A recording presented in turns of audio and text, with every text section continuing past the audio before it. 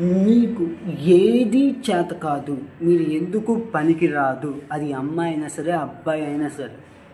మీ గురించి చాలామంది ఎంతోమంది అనుకుంటారు కదా, వాళ్ళందరికీ మీరు సమాధానం చెప్పాలి. మీ సక్సెస్తోని వాళ్ళకి సమాధానం చెప్పాలి. అది అమ్మాయి అయినా సరే అబ్బాయి అయినా సరే సక్సెస్ అయ్యి వాళ్ళకి చూపించాలి. ఎందుకురా వీళ్ళని ఆ రోజు అలా అన్నాము అనుకునేలా మీరు చెయ్యాలి.